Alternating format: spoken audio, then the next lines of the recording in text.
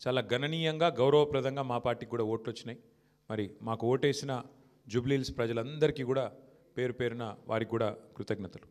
సరే, సహజంగానే ఒక రాజకీయ పార్టీగా ఎన్నికల్లో దిగినప్పుడు గెలుస్తామనుకొని దిగుతాం, గెలుస్తామనుకొని కొట్లాడతాం, గెలవాలని కొట్లాడతాం, అట్లనే కొట్లాడినాం.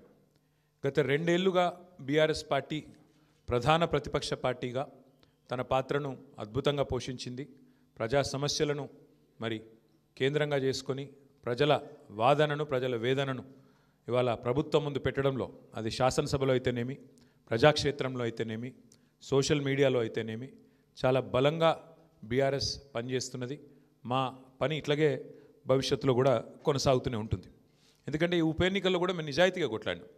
ప్రజా సమస్యలనే కేంద్ర బిందువుగా చేసుకొని, ప్రజలనే ఎజెండాగా చేసుకొని ఎన్నికల్లో డెఫినెట్గా చిత్తశుద్ధితో నిజాయితీగా మేము కొట్లాడినాం. మీకు తెలుసు ఎట్లా ఎన్నికలు జరిగినాయి కూడా అందరూ చూసినారు, నేను చెప్పక్కర్లేదు ప్రత్యేకంగా. మరి మొత్తం